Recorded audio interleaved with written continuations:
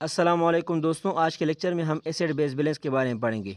आज के लेक्चर में हम एसिड बेस बैलेंस का इंट्रोडक्शन करेंगे, हाइड्रोजन आयन और पीएच के दरमियान रिलेशन को डिस्कस करेंगे, एसिड बेस स्टेटस को किस तरह डिटरमाइन किया जाता है इसके बारे में पढ़ेंगे, फिर एसिड बेस बैलेंस के रेगुलेशन के बारे में पढ़ेंगे। मेनली 3 मैकेनिज्म के थ्रू एसिड बेस बैलेंस को रेगुलेट किया जाता है, इसके बारे में इंशाल्लाह डिटेल में पढ़ेंगे। फिर applied physiology means acid base status में अगर कोई डिस्टर्बेंसेस आ जाए तो कौन कौन सी कंडीशन हो सकते हैं। फॉर एग्जांपल अल्कलोसिस हो सकता है, एसिडोसिस हो सकता है। फिर अल्कलोसिस और एसिडोसिस के टू टाइप्स हैं, मेटाबॉलिक और रेस्पिरेटरी। इसके बारे में इंशाल्लाह डिटेल में पढ़ेंगे। फिर इसके बाद लास्ट में एनाइन गैप के बारे में पढ़ेंगे। Introduction. Acid base balance, homeostasis और तकरीबन जितनी भी फिजियोलॉजिकल एक्टिविटीज़ होती हैं बॉडी में, इन सब के लिए बहुत इम्पॉर्टेंट है, क्योंकि अगर एसिड बेस स्टेटस में कोई भी डिस्टर्बेंसेस आ जाए तो फिर ये पीएच को चेंज करती हैं, और अगर पीएच चेंज हो गया तो फिर जितनी भी एंजाइम है जो कि एक स्पेसिफिक पीएच पे वर्क करते हैं वो वर्क नहीं कर पाएंगे, जिसकी वजह से जितनी भी फिजियोलॉजिकल एक्टिविटीज़ होती हैं बॉडी में वो डिस्टर्ब हो जाएगी। एसिड कॉन्स्टेंटली प्रोड्यूस होता है बॉडी में, लेकिन एसिड की प्रोडक्शन को बेसिस की प्रोडक्शन बैलेंस करता है ताकि एसिड बेस स्टेटस बॉडी का मेंटेन रह सके। बॉडी में नॉर्मली एसिड की प्रोडक्शन ज़्यादा होती है एज़ कम्पेयर टू बेसिस, लेकिन किडनी और दूसरे मैकेनिज्म के थ्रू फिर एसिड को एक्सक्रीट भी ज़्यादा किया जाता है। अब एसिड को किस तरह डिफाइन किया जाता है? वो सब्सटेंस जो कि हाइड्रोजन आयन को लाइब्रेट करता हो, जो कि प्रोटॉन को डोनेट करता हो, उसको एसिड कहते हैं। जबकि बेस वो सब्सटेंस है जो कि प्रोटॉन को एक्सेप्ट करता हो, जो कि हाइड्रोजन आयन को एक्सेप्ट करता हो, उसे बेस कहते हैं। क्योंकि हाइड्रोजन आयन में सिर्फ एक ही प्रोटॉन होता है, इसमें कोई इलेक्ट्रॉन नहीं होता, तो ये प्रोटॉन के बराबर होता है। फॉर एग्जांपल ये है हमारे पास रिएक्शन जिसमें H2CO4 एज अ एसिड काम करता है, क्योंकि ये प्रोटॉन को डोनेट करता है, और NH3 एज अ बेस काम करता है क्योंकि ये प्रोटॉन को एक्सेप्ट करता है। एसिड जो है वो कंटिन्यूसली प्रोड्यूस होती है बॉडी में ड्यूरिंग मेटाबॉलिक रिएक्शन, लेकिन हाइड्रोजन आयन की कंसनट्रेशन को मेंटेन रखा जाता है, जिसकी रिजल्ट में पीएच भी मेंटेन होती है। Hydrogen ion and pH. Hydrogen ion एक ऐसा आयन है जो कि एक सिर्फ सिंगल प्रोटॉन पर मुश्तमिल होता है, इसमें कोई इलेक्ट्रॉन नहीं होती, लेकिन ये एक ऐसा स्मॉलेस्ट आयनिक पार्टिकल है जो सबसे हाईली रिएक्टिव है। इस वजह से ये अगर लो कंसनट्रेशन में भी हो बॉडी में, ये बॉडी की फिजियोलॉजिकल एक्टिविटीज़ पे बड़ा सीवियर इफेक्ट शो करते हैं। एक्स्ट्रा सेलुलर फ्लूइड में हाइड्रोजन आयन की नॉर्मल कंसनट्रेशन 38 एंड 42 nm/L के बीच में होती है, लेकिन आजकल बॉडी में हाइड्रोजन आयन की कंसनट्रेशन को एक्सप्रेस करने के लिए पीएच इस्तेमाल होता है। पीएच एक ऐसा स्केल है जो कि इस वजह से इंट्रोड्यूस किया गया ताकि जो लार्ज मैथमेटिकल नंबर है उसको सिंप्लीफाई किया जा सके। Hydrogen ion concentration large numbers में होती हैं, लेकिन पीएच के थ्रू इसको सिंप्लीफाई रखा जाता है, क्योंकि पीएच जो स्केल है वो 1 to 14 के बीच में है। 7 पीएच न्यूट्रल पीएच को शो करता है, लेकिन अगर पीएच 7 से डिक्रीज हो जाए तो ये एसिडोसिस शो करती हैं, और अगर पीएच 7 से इंक्रीज हो जाए तो ये अल्कलोसिस शो करती हैं। पीएच को इस तरह डिफाइन किया जाता है कि negative log of hydrogen ion concentration. इससे पता ये चलता है कि पीएच इनवर्सली प्रोपोर्शनल है टू हाइड्रोजन आयन कंसंट्रेशन। अगर हाइड्रोजन आयन की कंसंट्रेशन इंक्रीज होगी तो पीएच डिक्रीज होगा, एज अ रिजल्ट एसिडोसिस होगा। लेकिन अगर हाइड्रोजन आयन की कंसंट्रेशन डिक्रीज होगी तो पीएच इंक्रीज होगा, और एज अ रिजल्ट अल्कलोसिस होगा। पीएच में एक नंबर से जो इंक्रीज आती हैं उसकी रिजल्ट में हाइड्रोजन आयन कंसंट्रेशन में 10 टाइम्स इंक्रीज आती हैं। फॉर एग्जांपल अगर पीएच 1 है और हाइड्रोजन आयन कंसंट्रेशन 10 है, तो अगर पीएच 1 से 2 तक इंक्रीज होता है तो हाइड्रोजन आयन कंसंट्रेशन को मस्टली 10 से 100 तक इंक्रीज होना पड़ेगा। हेल्थी पर्सन में एक्स्ट्रा सेलुलर फ्लूइड का पीएच 7.40 होता है, और ये 7.38 एंड 7.42 के बीच में वरी करता है। मीन्स इसका ये रेंज है 7.38 एंड 7.40 के बीच में ये पीएच होता है। और पीएच को इस लेवल पे मेंटेन करना मीन्स एसिड बेस स्टेटस को इस लेवल पे मेंटेन करना बहुत ज़रूरी होता है, क्योंकि अगर स्लाइड भी चेंजेस आ जाए पीएच में, 7.38 से डिक्रीज हो जाए या 7.42 से इंक्रीज हो जाए, तो ये बॉडी की फिजियोलॉजिकल फंक्शन को बहुत ज़्यादा इफेक्ट करती हैं। Determination of acid base status. Acid base status को डायरेक्ट मेथड के थ्रू एक्स्ट्रा सेलुलर फ्लूइड में डिटरमाइन नहीं किया जा सकता। इस वजह से इसके मेजरमेंट के लिए एक इनडायरेक्ट मेथड इस्तेमाल होती है जिसे हेंडरसन-हाइसेलबर्ग इक्वेशन कहते हैं। इसमें फ्लूइड की पीएच डिटरमाइन करने के लिए फ्लूइड के अंदर डिजॉल्व्ड कार्बन डाइऑक्साइड और HCO3 नेगेटिव की कंसनट्रेशन को मेजर किया जाता है। और pH को कुछ इस तरह से कैलकुलेट किया जा सकता है। pH is equal to pKa plus log HCO3 negative divided by CO2 base divided by acid where pK is constant with pH of 6.1। तो इस तरह pH is equal to 6.1 plus log HCO3 negative divided by CO2। Henderson Hasselbalch equation के अलावा pH metre भी एक instrument है जो कि pH ऑफ द प्लाज्मा को डिटरमाइन कर सकती है। नॉर्मल एसिड बेस रेशियो 1:20 होती है।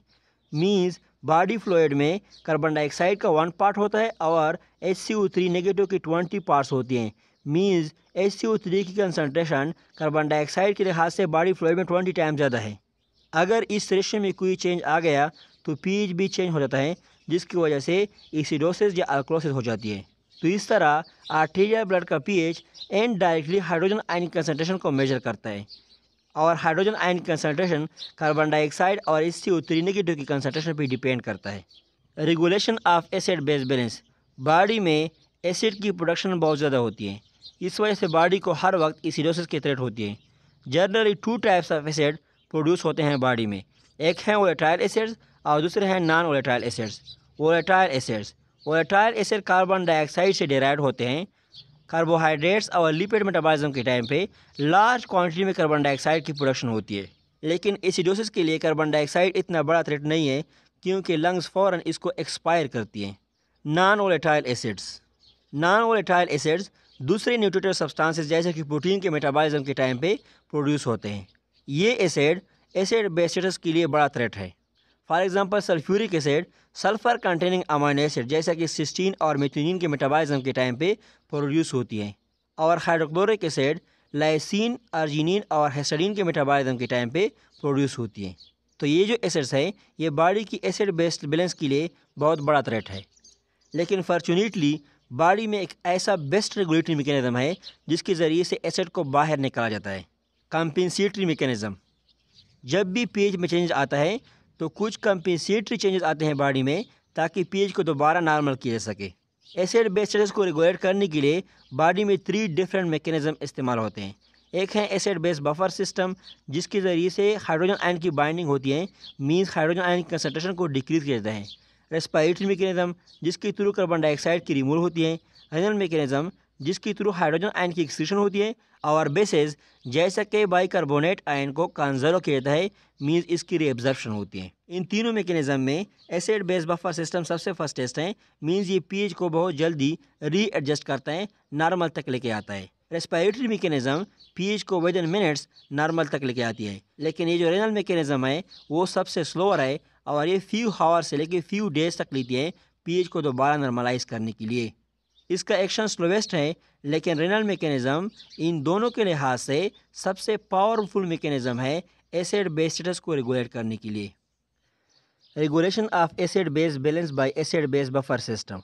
Acid base buffer system weak acid और बेस का कम्बिनेशन है और ये बेस मेनली साल्ट के फॉर्म में होता है। बफर सिस्टम एक ऐसा सिस्टम है जिसके through immediately changes in pH को रोका जा सकता है। जब भी चेंजेस इन pH आती है तो buffer system immediately free hydrogen ion के साथ बाइंड होता है और फ्री हाइड्रोजन आयन की कंसनट्रेशन को डिक्रीज करता है, तो इस तरह ये pH को मेंटेन रखता है। Types of buffer system, mainly 3 types of buffer system पाए जाते हैं जो कि डिफरेंट कंडीशंस में वर्क करते हैं। कुछ एक्स्ट्रा सेलुलर फ्लूइड में pH को मेंटेन करते हैं, कुछ इंट्रासेलुलर फ्लूइड में और कुछ रेड ब्लड सेल में pH को मेंटेन रखते हैं। ये जो बफर सिस्टम है इसमें bicarbonate buffer system, phosphate buffer system और प्रोटीन बफर सिस्टम आते हैं। Bicarbonate buffer system extra cellular fluid में मीन्स प्लाज्मा में प्रेजेंट होता है और वहाँ पे ये pH को रेगुलेट करता है। इसमें जो एसिड कंपोनेंट है वो कार्बनिक एसिड में मुश्तमिल होती है जो कि एक वीक एसिड है, और इसमें जो बेस कंपोनेंट है वो HCO3 नेगेटिव में मुश्तमिल होती है जो कि एक वीक बेस है, और ये वीक बेस सोडियम बाइकार्बोनेट के फॉर्म में होता है। Mechanism of action of bicarbonate buffer system, जब वह स्ट्रॉन्ग एसिड लाइक ECl किसी फ्लूइड में ऐड होती हैं तो ये हाइड्रोजन आयन को रिलीज़ करती हैं, जिसकी वजह से pH of the fluid decrease हो जाता है। लेकिन अगर इस बाइकार्बोनेट बफर सिस्टम को इस HCl के साथ ऐड किया जाए तो pH में कोई डिक्रीज़ नहीं आती, क्योंकि हाइड्रोजन आयन जो HCl से रिलीज़ होती हैं वो NH CO3 के HCO3 के साथ कंबाइन होके H2CO3 की फॉर्मेशन कर देती है और फिर ये H2CO3 carbon dioxide and H2O में डिसोसिएट हो जाता है। H2CO3 एक वीक एसिड है, इस वजह से इसकी फॉर्मेशन फ्लूइड की पीएच को इफेक्ट नहीं करती। बाइकार्बोनेट बफर सिस्टम का बेस से भी इफेक्ट बिल्कुल सेम है, क्योंकि अगर strong base like sodium hydroxide की एडिशन हो जाए फ्लूइड में तो ये पीएच को इंक्रीज़ करते हैं। लेकिन अगर इसके साथ बाइकार्बोनेट बफर सिस्टम को भी ऐड किया जाए तो इसका पीएच पे कोई इफेक्ट नहीं होता, क्योंकि बफर सिस्टम का जो H2CO3 है वो स्प्लिट हो जाता है into H+ and HCO3 negative. ये H+ सोडियम हाइड्रोक्साइड के हाइड्रॉक्सिल ग्रुप के साथ रिएक्शन करता है और H2 की फॉर्मेशन कर देता है, और ये HCO3 सोडियम के साथ कंबाइन होकर NaHCO3 की फॉर्मेशन कर देता है। NaHCO3 एक वीक बेस है, इस वजह से फ्लूइड का पीएच इफेक्ट नहीं होता। Importance of bicarbonate buffer system. Extracellular fluid का पीएच 7.4 है और बाइकार्बोनेट बफर सिस्टम का pK 6.1 है। तो इट मीन्स pH और pK के दरमियान लार्ज डिफरेंस है। इस लार्ज डिफरेंस की वजह से bicarbonate buffer system other system के लिहाज से लेस पावरफुल है, लेकिन ये सिस्टम बॉडी फ्लूइड की pH को मेंटेन करने में ज़्यादा अहम रोल अदा करती हैं as compare to other system. इसकी वजह यह है कि इसमें जो 2 कंपाउंड्स हैं HCO3 एंड CO2, इसकी कंसनट्रेशन को 2 डिफरेंट मैकेनिज्म रेगुलेट करती है। HCO3 की कंसनट्रेशन को किडनी रेगुलेट करती हैं और CO2 की कंसनट्रेशन को रेस्पिरेटरी सिस्टम के थ्रू रेगुलेट किया जाता है। ये दोनों रेगुलेटरी मैकेनिज्म कॉन्स्टेंटली और सिमल्टेनियसली वर्क करते हैं और इस वजह से ये इस सिस्टम को ज़्यादा इफेक्टिव बना देते हैं। Alkali reserve. अल्कली रिजर्व का मतलब ये है कि बेसिक आयन स्पेशली बाइकार्बोनेट की वो कंसनट्रेशन जो कि ब्लड और दूसरे बॉडी फ्लूइड में प्रेजेंट होती हैं और ये पीएच को मेंटेन करने के लिए, नॉर्मलाइज रखने के लिए बफर की तरह वर्क करती है। Phosphate buffer system. इस सिस्टम में जो वीक एसिड है वो H2PO4 है, जो कि NaH2PO4 के फॉर्म में होता है, और इसमें जो बेस है वो HPO4 है, जो कि Na2HPO4 के फॉर्म में होता है। Phosphate buffer system intracellular fluid, red blood sales और दूसरी सेल्स में पीएच को रेगुलेट करती हैं, क्योंकि फास्फेट की कंसनट्रेशन इंट्रासेलुलर फ्लूइड में ज़्यादा होती है as compare to extracellular fluid. Mechanism of phosphate buffer system. जब एक ऐसा फ्लूइड जिसमें फास्फेट बफर सिस्टम प्रेजेंट है उसमें स्ट्रांग एसिड लाइक HCl की एडिशन हो जाए, तो फिर इस फास्फेट बफर सिस्टम का जो Na2HPO4 कंपोनेंट है वो इस HCl के साथ रिएक्ट करती हैं और NaH2PO4 की फॉर्मेशन कर देते हैं, जो कि एक वीक एसिड है। तो इस वजह से बॉडी फ्लूइड की pH पे कोई इफेक्ट नहीं होता। और अगर strong base like sodium hydroxide को ऐड किया जाए तो फिर इसका जो NaH2PO4 कंपोनेंट है वो इस सोडियम हाइड्रोक्साइड के साथ रिएक्ट करके NaHPO4 की फॉर्मेशन कर देते हैं, जो कि एक वीक एसिड है, जिसकी वजह से pH में कोई चेंजेस नहीं आती। Importance of phosphate buffer system. Phosphate buffer system का pK 6.8 है, जो कि बॉडी फ्लूइड की pH 7.4 के करीब है। तो इस वजह से phosphate buffer system bicarbonate buffer system के लिहाज से ज़्यादा पावरफुल है। इंट्रासेलुलर फ्लूइड और रेड ब्लड सेल के अलावा phosphate buffer system tubular fluids of the kidney में भी pH को रेगुलेट करती हैं, क्योंकि ट्यूबुलर फ्लूइड्स में इसकी कंसनट्रेशन हाई होती है। रेड ब्लड सेल्स में as compare to sodium ion, potassium ion की कंसनट्रेशन हाई होती है। तो इस वजह से रेड ब्लड सेल्स में जो फास्फेट बफर सिस्टम है वो KH2PO4 और K2HPO4 एलिमेंट से मुश्तमिल होती है। Protein buffer system. Protein buffer system blood में प्रेजेंट होता है और ब्लड में ये दोनों प्लाज्मा और एथ्रोसाइट में प्रेजेंट होता है। मीन्स ये प्लाज्मा और रेड ब्लड सेल्स दोनों में pH को रेगुलेट करती हैं। Protein buffer system and plasma. Protein की कुछ एलिमेंट्स प्लाज्मा में वीक एसिड की तरह काम करते हैं, तो इस तरह ये pH ऑफ द प्लाज्मा को रेगुलेट करते हैं। इसमें C terminal carboxyl group, N terminal amino group and side chain of carboxyl group of glutamic acid आते हैं। इसके अलावा side chain of amino group of lysine and imidazole group of histidine भी आते हैं। Protein buffer system and plasma more powerful है, क्योंकि एक तो इसकी कंसनट्रेशन हाई होती है प्लाज्मा में, और दूसरा ये कि इसका pK pH के बहुत ज़्यादा करीब होता है। Protein buffer system and erythrocyte. Erythrocyte में हेमोग्लोबिन प्रोटीन बफर सिस्टम के लिए रिस्पॉन्सिबल होता है। Haemoglobin most effective protein buffer है और मेजर बफर है ब्लड में, क्योंकि इसकी कंसनट्रेशन प्लाज्मा प्रोटीन के लिहाज से बहुत हाई होती है। हेमोग्लोबिन की बफरिंग कैपेसिटी प्लाज्मा प्रोटीन के लिहाज से 6 टाइम्स ज़्यादा होती है। और फिर हेमोग्लोबिन में deoxygenated haemoglobin more powerful buffer है as compare to oxygenated haemoglobin. जब वो ब्लड कैपिलरीज के लेवल पे आता है तो ये अपने ऑक्सीजन को लॉस करता है, मीन्स हेमोग्लोबिन डीऑक्सीजनेटेड हो जाता है। बिल्कुल इसी ही वक्त में कार्बन डाइऑक्साइड भी कैपिलरीज में एंटर होती है, तो डीऑक्सीजनेटेड हेमोग्लोबिन हाइड्रोजन के साथ बाइंड करता है। तो इस तरह ये फ्री हाइड्रोजन की कंसंट्रेशन को डिक्रीज कर देता है और फॉल इन पीएच को प्रिवेंट कर देता है। Regulation of acid base balance bye respiratory mechanism. Lungs acid base balance को मेंटेन करने में बड़ा इम्पॉर्टेंट रोल अदा करती हैं, क्योंकि जो कार्बन डाइऑक्साइड मेटाबॉलिक एक्टिविटीज़ के टाइम पे बॉडी में प्रोड्यूस होती हैं वो इसको एक्सपेल कर देती हैं। ये कार्बन डाइऑक्साइड को इस वजह से एक्सपेल करती हैं क्योंकि ये कार्बन डाइऑक्साइड फिर वाटर के साथ कंबाइन होकर कार्बनिक एसिड की फॉर्मेशन करती हैं और फिर कार्बनिक एसिड H++HCO3 में डिसोसिएट हो जाता है। तो इस तरह हाइड्रोजन आयन की कंसनट्रेशन ब्लड में इंक्रीज हो जाती है और एसिडोसिस हो जाता है। लेकिन जब कार्बन डाइऑक्साइड ब्लड से लंग में डिफ्यूज़ होती है तो फिर ये सारा रिएक्शन रिवर्स हो जाता है और एलोलाई ऑफ द लंग में हाइड्रोजन HCO3 के साथ कंबाइन होकर H2CO3 की फॉर्मेशन कर देता है और फिर H2CO3 डिसोसिएट हो जाता है into carbon dioxide plus H2O और फिर ये कार्बन डाइऑक्साइड लंग्स के थ्रू एक्सपेल होती है। कार्बन डाइऑक्साइड को एक मैकेनिज्म के थ्रू एक्सपेल किया जाता है जिसको वेंटिलेशन कहते हैं। वेंटिलेशन एक ऐसा मैकेनिज्म है जिसमें एल्वोलाई में कार्बन डाइऑक्साइड और ऑक्सीजन की एक्सचेंज होती है। जब मेटाबॉलिक एक्टिविटीज़ बॉडी में इंक्रीज हो जाती हैं तो ज़्यादा से ज़्यादा कार्बन डाइऑक्साइड प्रोड्यूस होता है टिश्यू में, जिसकी वजह से हाइड्रोजन आयन की कंसंट्रेशन भी ब्लड में इंक्रीज हो जाती है, क्योंकि ये कार्बन डाइऑक्साइड उस तरह बिल्कुल कार्बनिक एसिड की फॉर्मेशन कर देती हैं और फिर ये कार्बनिक एसिड H++HCO3 में डिसोसिएट हो जाता है। Increase H+ concentration chemo receptor को स्टिमुलेट कर देती हैं जो कि पल्मोनरी वेंटिलेशन को इंक्रीज कर देती हैं, मीन्स हाइपर वेंटिलेशन काज कर देती हैं। और जब पल्मोनरी वेंटिलेशन इंक्रीज हो जाता है तो ज़्यादा से ज़्यादा कार्बन डाइऑक्साइड लंग्स के थ्रू बॉडी से एक्सपेल होती है। तो इस तरह H+ आयन को रेगुलेट किया जाता है, मीन्स पीएच को मेंटेन किया जाता है। Regulation of acid base balance bye renal mechanism. Renal mechanism दो मैकेनिज्म के थ्रू एसिड बेस बैलेंस को रेगुलेट करती हैं।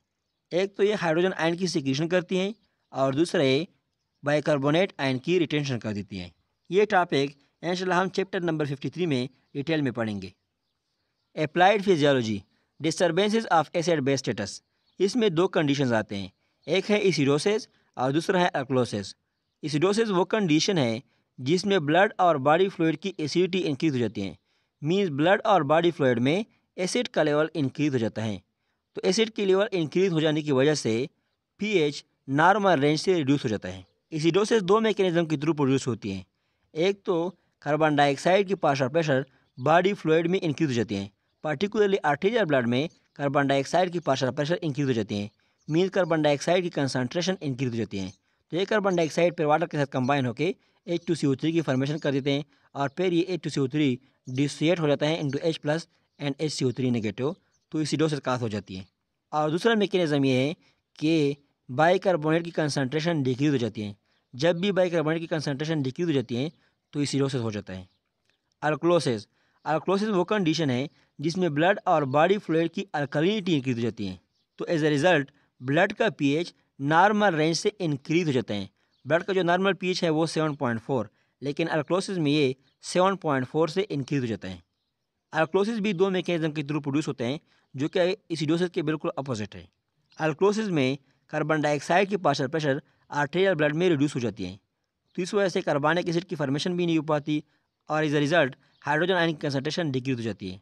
और दूसरा ये कि जब बाइकार्बोनेट आयन की कंसंट्रेशन इंक्रीज हो जाती है तो फिर भी अल्कलोसिस हो जाता है। आर्टेरियल ब्लड में कार्बन डाइऑक्साइड का पार्शियल प्रेशर लंग्स कंट्रोल करता है, तो इस वजह से वो एसिड बेस डिस्टर्बेंसेस जिसमें आर्टेरियल ब्लड में partial pressure of carbon dioxide change हो जाता है उसको रेस्पिरेटरी डिस्टर्बेंसेस कहा जाता है। और दूसरी तरफ वो एसिड बेस डिस्टर्बेंसेस जिसमें बाइकार्बोनेट आयन की कंसंट्रेशन चेंज होती है इसको मेटाबॉलिक डिस्टर्बेंसेस कहा जाता है। तो इस तरह एसिड बेस डिस्टर्बेंसेस 4 टाइप्स की होती हैं, respiratory acidosis, respiratory alkalosis, metabolic acidosis, metabolic alkalosis. Respiratory acidosis respiratory acidosis वो एसिडोसिस हैं जो कि एल्वोलर हाइपोवेंटिलेशन की वजह से होती है। Hypoventilation means decrease ventilation. जब वेंटिलेशन डिक्रीज हो जाता है तो इट मीन्स कार्बन डाइऑक्साइड और ऑक्सीजन का एक्सचेंज भी रिड्यूस हो जाता है। तो as a result carbon dioxide की एक्सपेलिंग बॉडी से रिड्यूस हो जाती है, जिसकी वजह से वो कार्बन डाइऑक्साइड जो टिश्यूज़ में प्रोड्यूस होता है वो बॉडी फ्लूइड में और ब्लड में एकमुलेट हो जाता है, और ये एकमुलेटेड कार्बन डाइऑक्साइड फिर वाटर के साथ कंबाइन होकर कार्बनिक एसिड की फॉर्मेशन कर देता है, जिसको रेस्पिरेटरी एसिड भी कहा जाता है। ये कार्बनिक एसिड फिर H+ एंड HCO3 नेगेटिव में डिसोसिएट हो जाता है। तो इट मीन्स हाइड्रोजन आयन की कंसनट्रेशन ब्लड में इंक्रीज हो जाती है, जो pH को डिक्रीज करती है और एसिडोसिस काज करती है। कार्बन डाइऑक्साइड का जो नॉर्मल प्रेशर है आर्टेरियल ब्लड में वो 40 mg है, लेकिन जब ये आर्टेरियल प्रेशर 60 mg से इंक्रीज हो जाए तो इस कंडीशन को रेस्पिरेटरी एसिडोसिस कहते हैं। रेस्पिरेटरी एसिडोसिस के डिफरेंट काजेस हैं। रेस्पिरेटरी एसिडोसिस की काजेज़ ये हैं कि ये ईयरवे ऑब्स्ट्रक्शन डिजीज़ मीन्स वो डिजीज़ जिसमें ईयरवे का ब्लॉकेज हो जाए, लाइक ब्रोंकाइटिस, ब्रोंकोस्पाज्म, एम्फीज़ीमा एट्सेट्रा। इसमें हो सकता है क्योंकि इसमें हाइपोवेंटिलेशन होती है। और दूसरा ये lung disease like fibrosis of the lungs और निमोनिया ऑफ द लंग में भी हो सकता है। इसके अलावा एनेस्थेटिक्स और सेडेटिव्स की यूज़ की वजह से रेस्पिरेटरी सेंटर की डिप्रेशन हो सकती है, और जब रेस्पिरेटरी सेंटर डिप्रेस हो जाए तो हाइपोवेंटिलेशन होती है, तो इसमें भी रेस्पिरेटरी एसिडोसिस हो सकता है। सेरेब्रल ट्रामा और ट्यूमर भी रेस्पिरेटरी सेंटर की डिप्रेशन काज कर सकती हैं। Extra pulmonary thoracic disease like flail chest, kyphosis and scoliosis भी रेस्पिरेटरी एसिडोसिस काज करती हैं।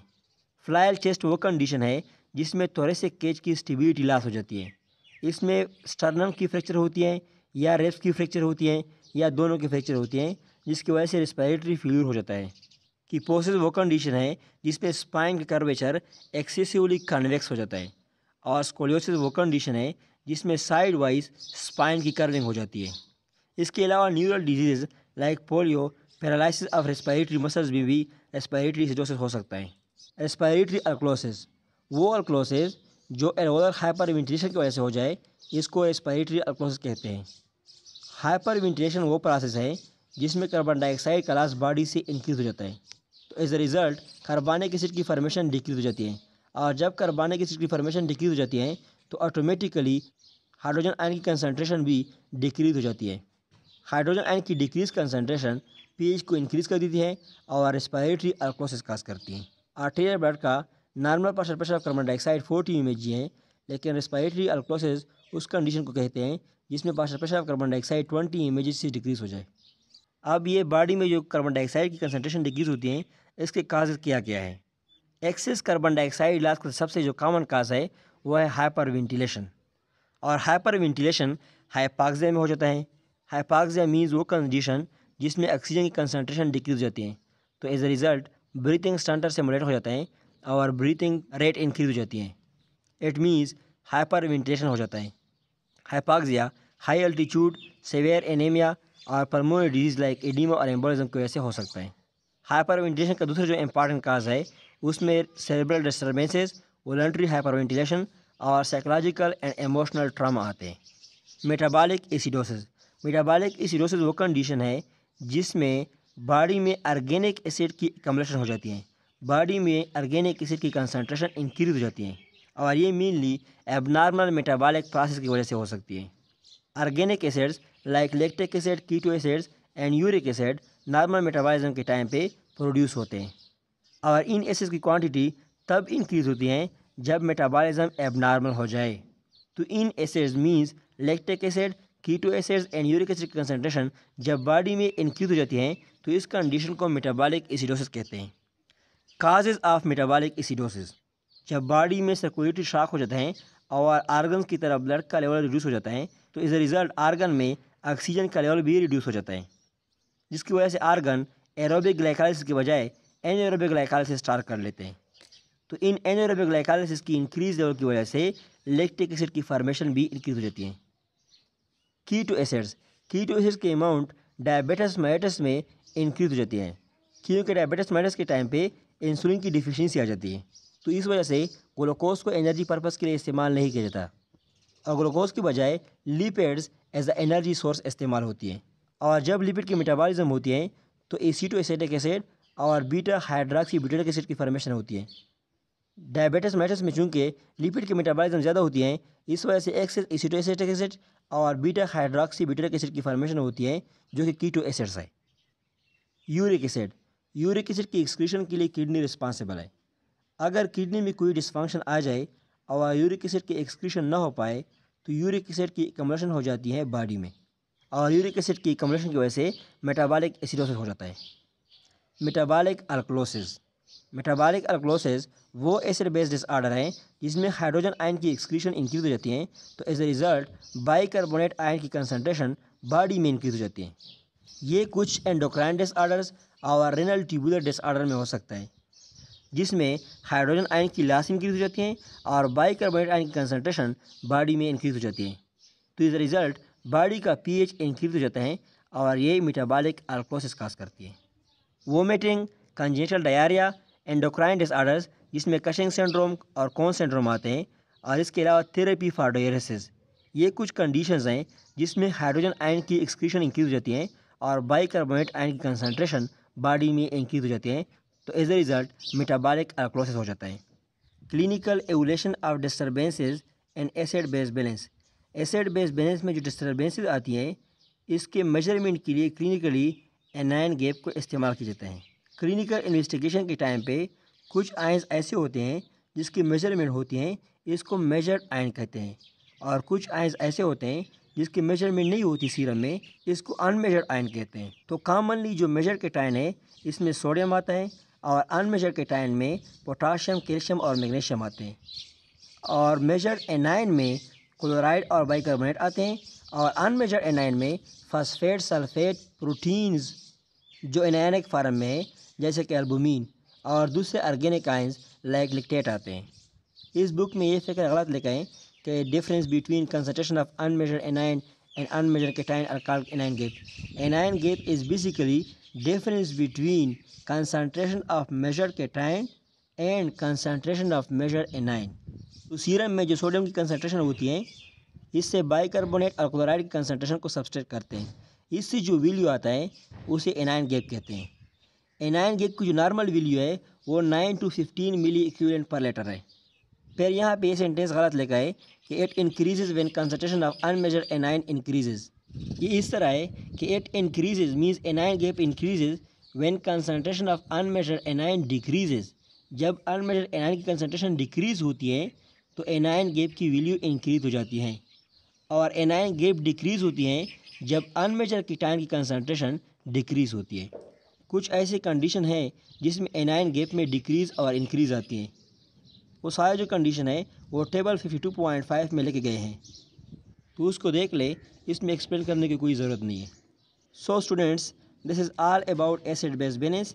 इंशाल्लाह आप सबको समझ में आ गया होगा।